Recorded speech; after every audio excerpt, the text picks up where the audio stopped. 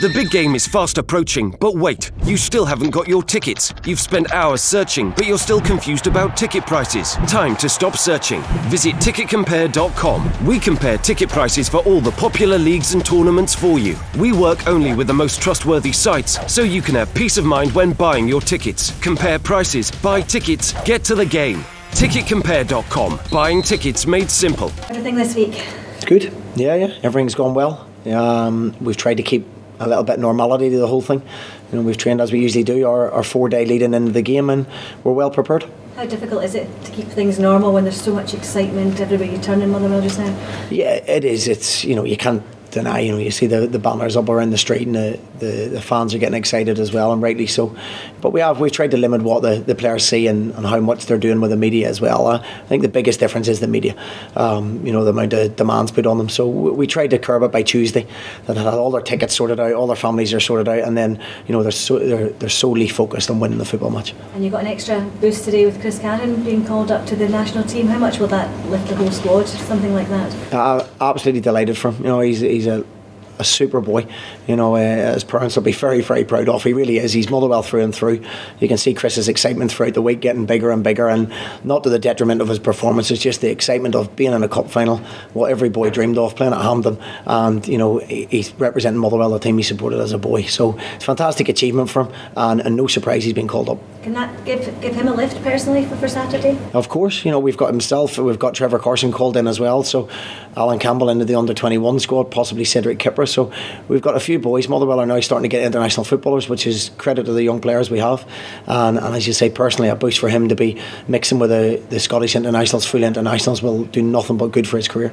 There's a lot of talk about how Motherwell will approach it. I think everyone's got opinions of how you will play. Do you have a surprise up your sleeve this weekend? No, not really. We can't really produce a surprise. We'll maybe surprise people by winning. That would be nice. Everyone's ruled us out. We're the underdogs. We're playing against a very good Celtic side who have already won the double. We know that. But we've seen ways that we can affect them. We've looked at a lot of video footage this season and the teams that have caused them problems. And I've said over and over again, a lot of the times it's us, it's our footage, and we've shown that to the boys. And I think they've got a real belief within themselves. We talk about 1991 squad and their achievements and how they go down in history. I suppose the message to the players is you've got your own chance to create your own chapter in this club's history as well.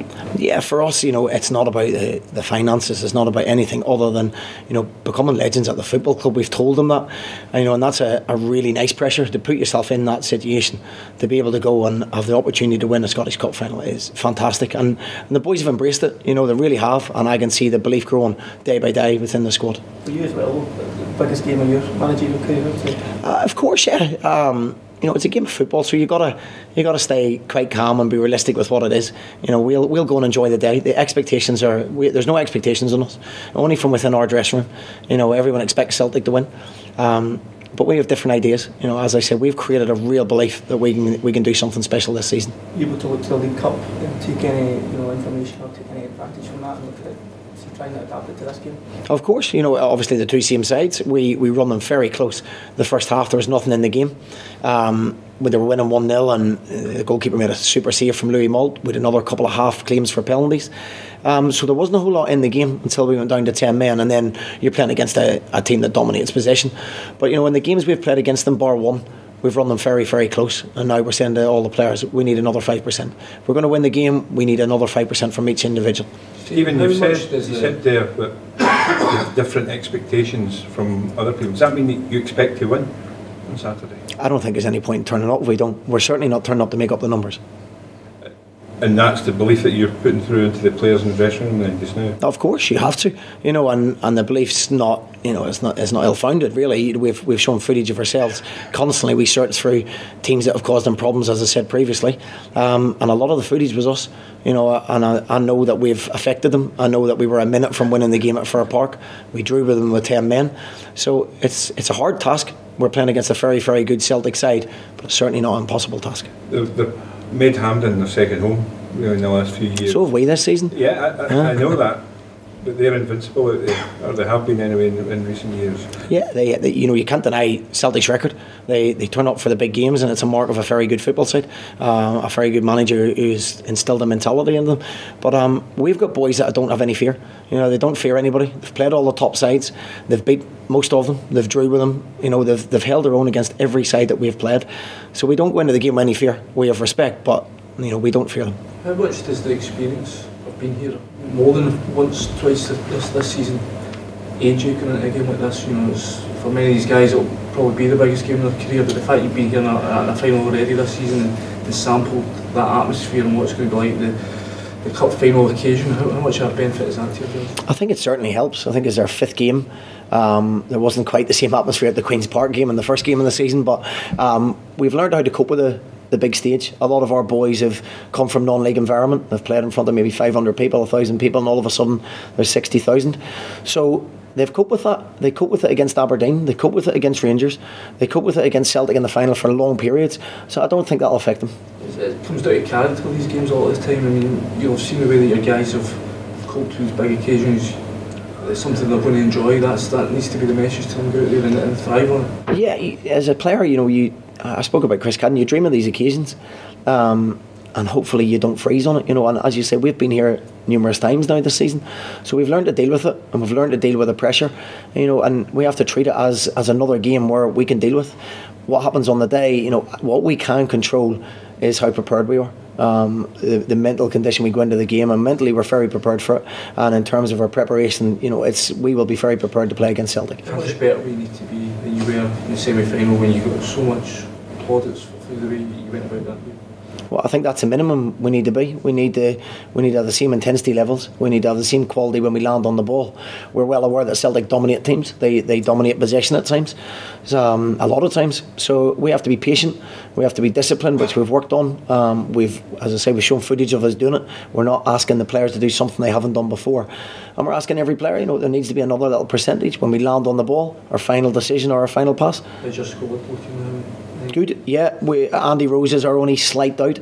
Not his collarbone. He obviously fractured that before, but he's fine with that. He's got a slight calf strain. Peter Hartley's back in training the last week, so that's a late decision whether he'll be involved. But other than that, all good. Very competitive games with Celtic this season. We've been lucky for a couple of decisions here and there. How important is it to keep our players to keep a discipline on the pitch? I think considering the decisions that went against us, I think they've shown an unbelievable amount of discipline. It's difficult because the results are affected at times. People's livelihoods are affected, clubs are affected, and I think they've shown a great amount of discipline. I really do. I've no doubt our boys will be able to handle that. So obviously the decisions that happened in the past, that's banished from the players' memories going into the game. Completely don't think about it going into the game. Yeah, it has to be. If you dwell on the past, we can't change that. They say we can't affect referees' decisions, and I've said I think referees have got a lot of integrity, and every decision they make honestly. They make mistakes like everybody else, so we can't dwell on that. All we can do is affect what we do, affect our preparation and our mindset and how we turn up. Obviously losing Mo in January and Curtis Main coming in, how good has his impact been? Are you slightly surprised his impact's been as big as it has been? Not surprised, no. I watched Curtis before. I tried to get him back to Oldham again. It didn't quite happen. It was a boy that we'd sort of earmarked for a long time. Sometimes I think the third time lucky I got him. So there's always a potential. He's a big, strong boy who can cause teams problems, and he's proved that up in Scotland. Stephen, much has been made about Celtic and the chance for this double treble. Does that mean there's more at stake for Celtic, more to lose possibly than Motherwell? I don't know about that. For us, I think there's nothing to lose for us. We're going to go and we're going to give absolutely everything.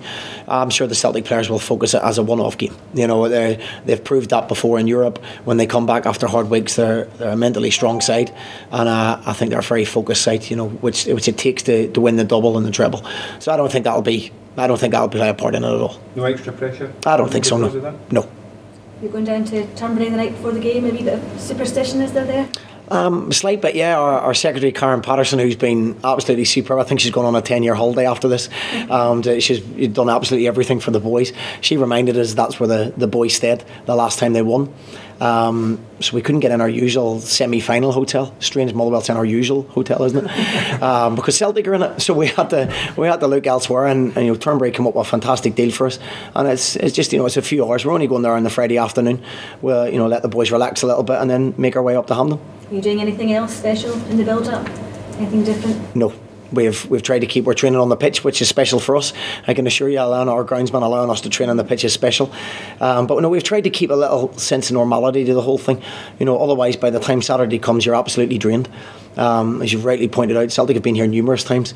We've been here a few times this season, and the one thing we've learned is don't go away from what's making you successful. We're trying to keep it the same as physically possible. And you've already got the cup final suits in the wardrobe?